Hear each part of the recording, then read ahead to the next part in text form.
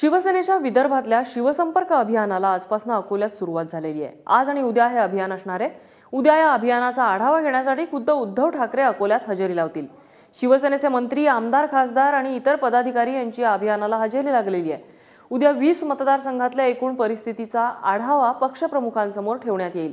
विरोधकांच्या संघर्ष यात्रेनंतर भाजप संवाद यात्रा काढणार आहे। त्याच पार्श्वभूमीवर शिवसेनेने शिवसंपर्क अभियान सुरू केलंय।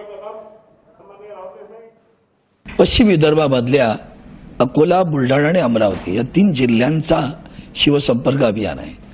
आमच्या शिवसेनेचे आमदार, शिवसेनेचे लोकप्रतिनिधी, शिवसेनेचे पदाधिकारी अशा प्रत्येक विधानसभा मतदारसंघामध्ये पाठवलेले आहेत।